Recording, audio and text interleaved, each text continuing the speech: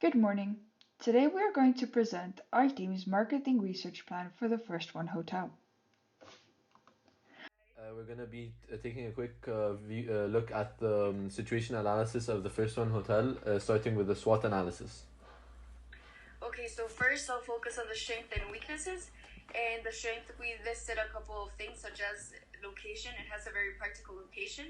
It has unique designs and technologies.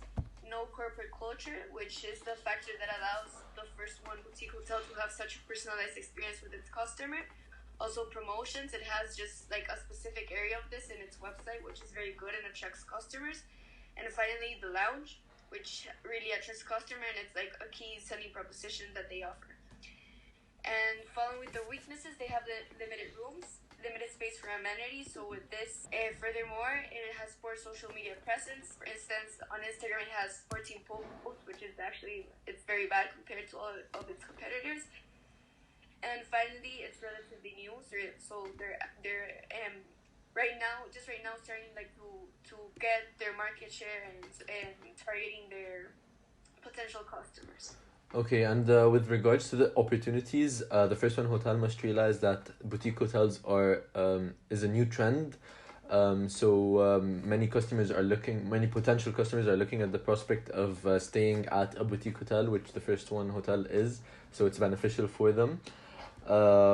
Also, there's an with the increasing technology utilization, the First One Hotel needs to understand that there's like more hotel ranking websites. Their guests are more likely to be like rating their experience at the First One Hotel, and the better the rating, the better the reputation of the hotel. Therefore, the more of the market they're gonna capture. They must increase their social media presence as it's increasing in the world generally. As for threats, there's a growing competition. Non-hotel options such as Airbnbs or even hotel chains that customers view as more reliable. Okay, so now we're gonna be going through the SWOT analysis of the First One Boutique Hotel. So we're gonna tie the strengths with the opportunities to create the potentialities. So the strength of being like having the great location and the unique design. We're going to tie that with that boutique hotels are a growing trend across the world, whether in the Spanish community or internationally. So the First One Boutique Hotel must try to capture as much as the market as they could. Also, there's an increase in technology utilization, which the hotel must take advantage of in order to interact more with their customers through social Instagram, for example, where they only have 14 posts, which is simply not good enough from the hotel. They must interact more. As for the weaknesses and the threats to create the vulnerabilities, weaknesses are weaknesses that come with the normal boutique hotels, such as limited rooms and limited space. However, they must realize that there's growing competition in the area with non-hotel options such as Airbnbs and then more reliable options such as chain hotels. So they must keep up to the standards and make sure that everyone enjoys their stay at the hotel. So that they retain their customers and that they don't go to any of the growing competition options. Thank you. A pest analysis and 5C analysis, but due to the time constraints, we won't be able to go over them. Then we did segmentation of our questionnaire results. We also did another segmentation with the database from the actual hotel, but also due to the lack of time, we're just going to be going through our segmentation from the questionnaire results. So as you can see, we segmented in like three stages. First of all, through the age of the people we surveyed, then the employment status, and then the purpose of travel. We segmented the age in four different categories and the employment status in four different categories, and then we looked at the purpose of each category is travel. Okay, so our first persona is Monica. She's further explained on the report, but the time is a little bit about her. So Monica is a 26-year-old woman who graduated as a lawyer and really works at Viajendes. She works about 10 hours a day, so whenever she has vacation, she truly wants to get the most out of it, and price is no limitation. Also, Monica is the first-tier persona. Our main way of targeting Monica will be through special magazines that target the premium customers. We will be showcasing her best design, high-end rooms to impress Monica as well. Okay, perfect. And as for our second persona, it's Mateo, who is a 46-year-old man, very busy as he works in a big company like Amazon. He works almost every day and has no time for vacations. Regardless, he's a very romantic guy, so he tries to impress his wife all the time with spontaneous holidays. So we'll try to capture Mateo's like options by giving promotions on websites that's gonna catch his eye, and he's gonna be like, okay, this is a perfect opportunity to surprise my wife, and we think that this is an important target segment for us, for the First One Hotel to try and capture. Next, we will be talking about the research methodology. All the research carried out was driven by three distinct aims: developing key drivers of hotel consumption in order to help develop a unique selling proposition, identify the First One Hotel's consumer profiles and personas, and 3, identify recommendations for the 4 Ps. To do this, we used both exploratory and descriptive research frameworks. The first step was conducting exploratory research to gain a better understanding of the boutique hotel environment. We started by conducting literature research, particularly conceptual research. We focused on a series of academic research papers, as you can see here. A case study on the emergence of boutique hotels by the University of Nevada, Las Vegas, was one of the papers that we used. We then conducted a situation analysis. We did secondary research in order to do a PESTEL, SWOT, and 5Cs analysis. Based on all this information, we drafted interview questions and carried out the interviews. Our questions mainly concerned consumer preferences and the 4 Ps. To this end, we asked a variety of questions about consumer preferences, sales promotion, pricing, loyalty, and advertising. Once the interviews were conducted, we coded the data. Some of the codes we used were boutique versus chain hotels, web page, booking, promotions, price quality ratio, and more. We then conducted descriptive research. The main element in our descriptive research framework was the questionnaire. Similarly to the interviews, the questions were developed around the need to help the hotel with its selling proposition, building and identifying personas, and the 4 Ps. Initially, we focused on including as many different types of questions as possible, meaning that we included leading, importance, liker, dichotomous, bipolar, open-ended, and rating scale questions. The survey had a total of 15 questions. After releasing the survey and collecting the results, we proceeded to the piloting process. Our survey had a low level of consistency, with a Cronbach alpha of 0.4. Given that the alpha was low, and that the Losher index and that the Cronbach alpha results were somewhat contradicting, we reached the conclusion that our survey needed improvement. Based on this, we removed some questions and added some new ones, focusing the new survey on consumer profiling. For sampling, we used the European Census Hub system to determine the target population. However, we encountered many limitations. We filtered the data by selecting all European countries, considered both genders, and chose age range from 15 to 65, as we could not select from 18 upwards. We would have liked to filter our data according to income, as we only wanted middle and high income earners, but this option was not available, so we chose a proxy to income, education and attainment. We chose those individuals living in a private household on which are employed. Those which are currently not economically active were taken into account, as children of medium and high income earners could also be potential customers. The database extracted a total of 491 million results. However, this is likely to be biased due to the limitations encountered. We were unable to find an adequate sampling frame, as we could not compile a list of all the population elements with their contact information. Subsequently, we chose judgment sampling, as we wanted to ensure that our sample included individuals with all the different possible characteristics of the First One Hotel customers. We used the population size previously calculated, a confidence level of 90%, and a margin of error of 10%, as our result might not be reliable.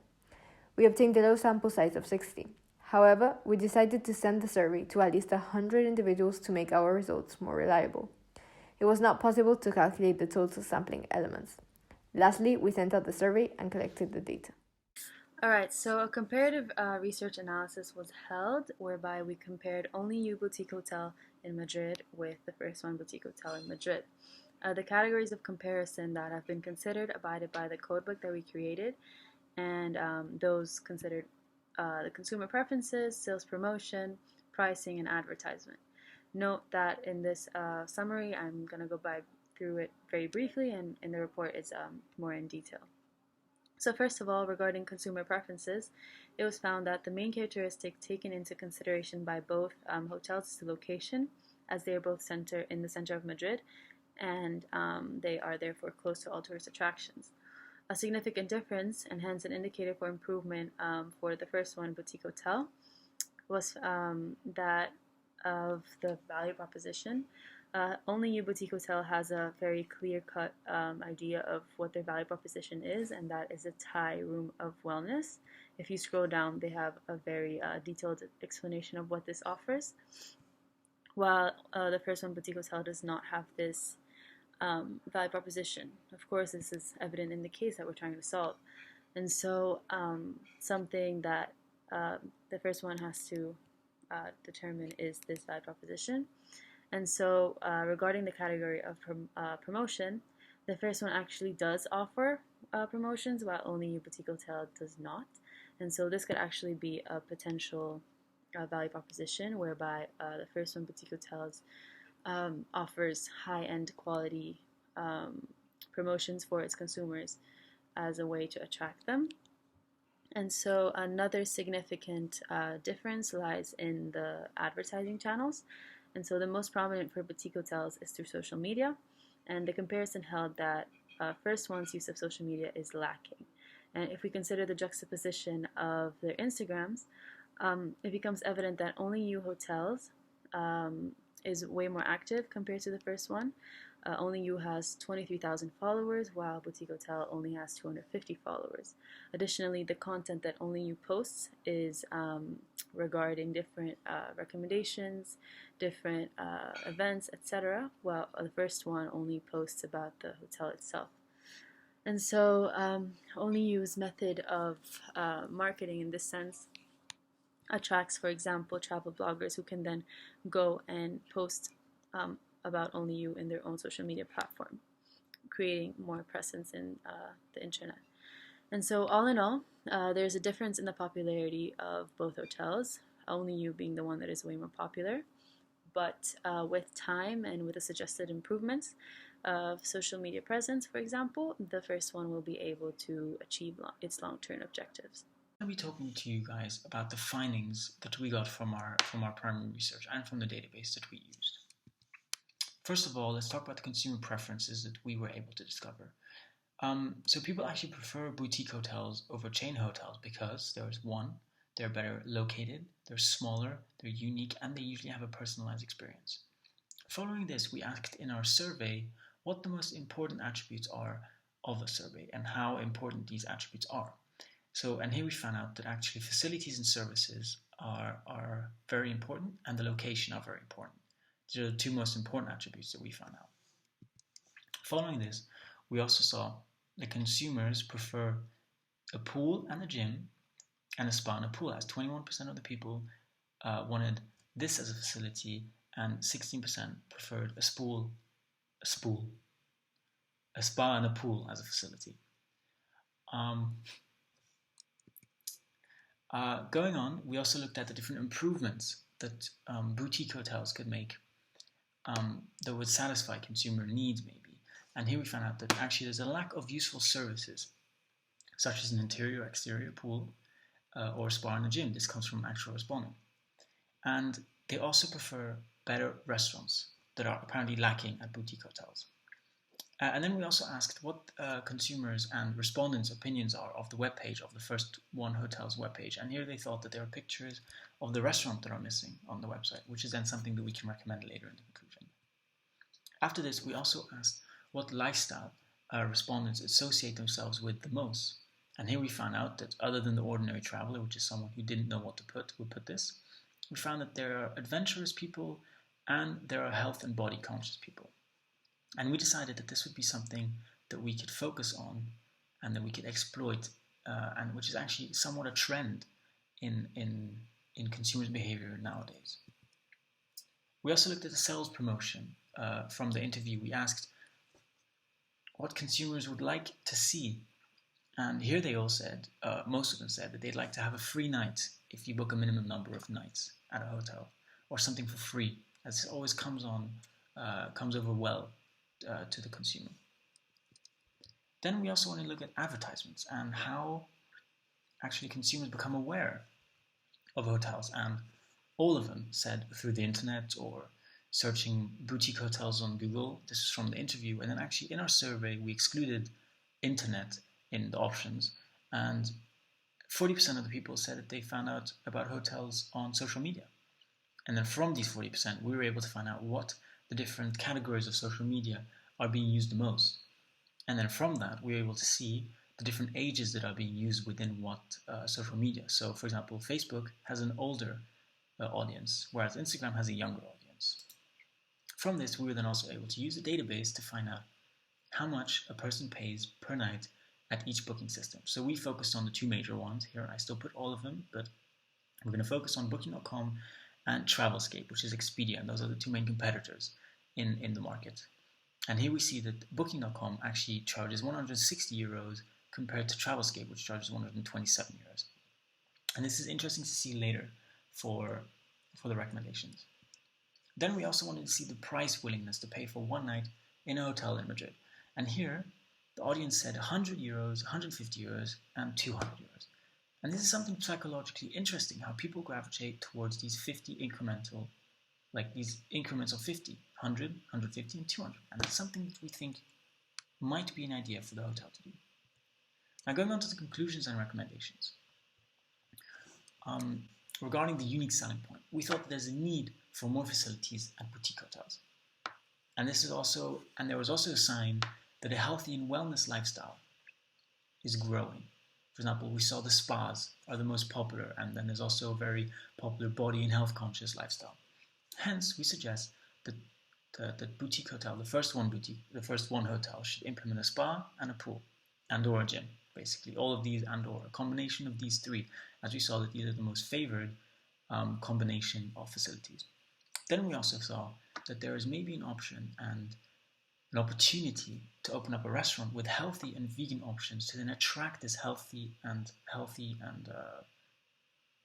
conscious clientele. Going forward, we also thought of recommendations of actions for the 4 Ps. So for the product, we thought that obviously they have to offer more facilities, which might be done by offering a spa, a pool, or a gym. Looking in place, we also thought that they should focus their efforts toward Booking.com because the margins are higher, as we saw that they, on average, have 160 compared to Expedia, where consumers pay 127 euros per night. We also think that they should improve their website, as this is also a place where the hotel presents itself with more gastronomical options for clients to see. And then lastly, we also thought that the price of the hotels should vary 100, 150, and 200, as this is what is in consumers' minds when they're looking at hotels. They will gravitate towards the hotels which immediately fit in their price range. And these are the most popular ones. It's psychologically interesting to see how it's in increments of 50. Lastly, we also thought of promotion strategies and how the first one hotel should promote itself. And here it's obvious that it should take place online and digitally. From the survey and from the interviews, we found out, and especially social media. They should use Instagram to target below 30-year-old customers and Facebook to target above 40-year-old customers.